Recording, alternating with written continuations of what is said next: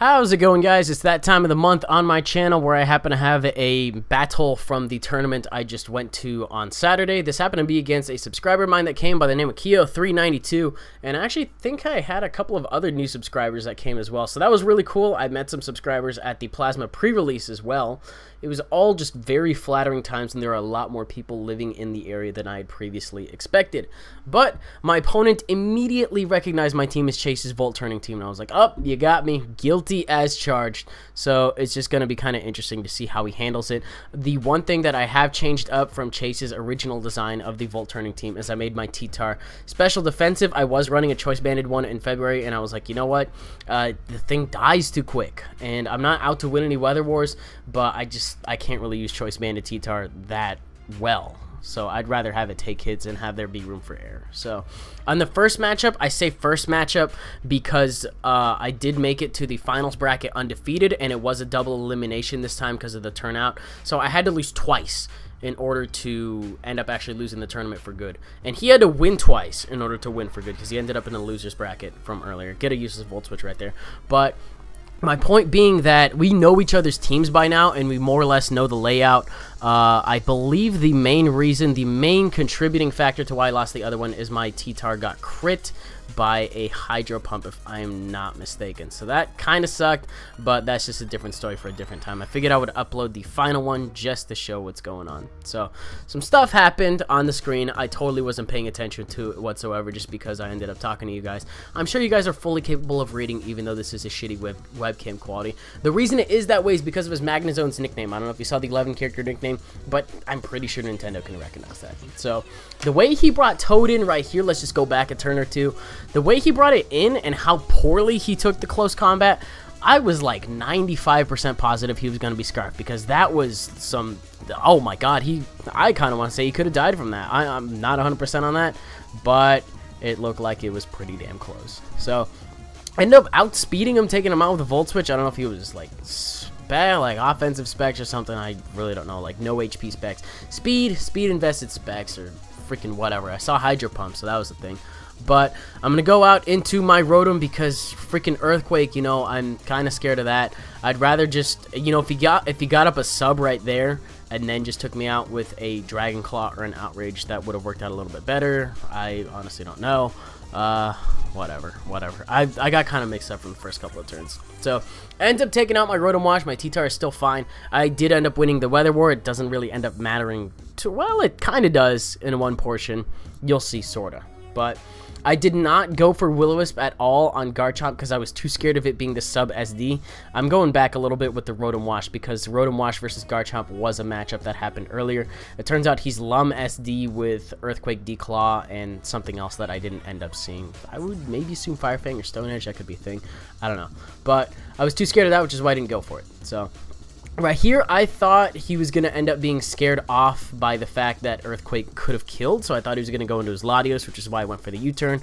Turns out I end up dying to the Rough Skin, and I lose Landorus, which is okay, I guess. I mean, I have to reveal that I'm a Scarf Celebi right now, but you know, Garchomp dies, so that's a big potential threat out of my way, especially because it was at +1, and it was a little terrifying. So in comes the guilty party Magnazone, and the instant it subbed, I just kind of whispered to myself, what the fuck am I gonna do about this thing? Because I go into my T-Tar, and it's like, okay, I do have something that can hit it, but it's not 100% accurate because I got the Stealth Rock and the Dual Stab, and then I have the Fire Blast. You guys know the set, you know how it works.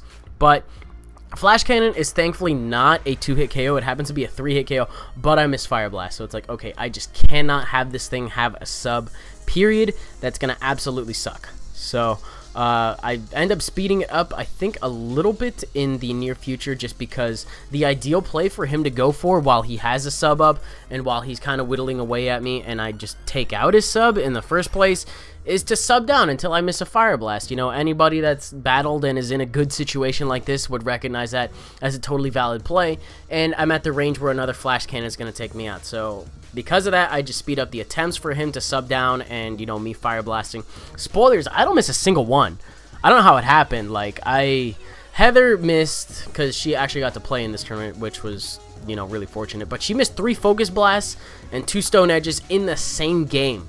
And here I am hitting all of my Fire Blast, which is barely, like, I think 5% more accurate. And she also missed a couple of Leech Seeds in that match too, so it's just like, how the fuck? I don't understand it either. But because of the fact that he kept subbing down, I kept getting lefties, so I wasn't getting hit. And it turns out that because of that, I actually live another Flash Cannon, and I'm able to just take it out with the Pursuit, because I'm not fucking around with a Fire Blast miss now. That would have sucked, because if I did not take out that Magnet Zone, yeah. But now because of that, Latios gets to come in and just go for whatever move it wants. I'm assuming it's going to be a choiced one, because I don't think I saw Life Orb on the last one. I think I also learned it was Scarf from the last one, but there hasn't been really a situation that indicates it could be Scarf now until he hits me with the Dragon Ball. So it's like, okay. But number one, he didn't switch up moves, or he didn't switch, period. Number two, the damage output really isn't that high, unless he really wants to be stubborn about bluffing the Expert Belt. This para was moderately huge, just because the I would not have taken, or I would have taken extra Dragon Pulse damage from there, and I wouldn't have had this thing at such a comfy range. But I just get to get off 2 T-Bolts in a row. Actually, no, it really didn't end up mattering now that I think about it, because the Magnezone's going to die against the Ferrothorn. The thing I'm recognizing right now is he has this and Starmie left, meaning I need a safe switch into Infernape to take it out, and then I need a safe switch into Celebi after that in order to clinch myself the game. But the instant I took out Latios, the Scarf Latios, which was going to end up being faster than my Celebi and my Infernape, I was like, you know what? We're good. So I sped up that whole portion where I just have to leave Magnezone in to die in a very stubborn and not dramatic way at all. It was actually really dramatic, but I get to go for close combat, and Ferrothorn probably would have been at like a little more HP had I taken the Dragon Pulse from earlier. But honestly, it's just like, oh, the other funny thing is he called that pair on himself, so I feel moderately bad, but it was kind of funny. So just end up going for close combat right there. His last one is in fact a Starmie, and he's just going to take me out with a Psyshock, I believe. So now we're in a position where if I don't want to risk Leaf Storm missing, I have to go for U-turn, which probably won't kill. So because of that, it's set up that I have a 90% chance of winning this game just based on whether or not Leaf Storm hits. Y'all know how I feel about 90% accurate moves. They are really not 90% when they need to be. Except for now, because I actually landed, which is not too shabby, and that clinches me the 1-0, which I actually thought was a really fantastic match.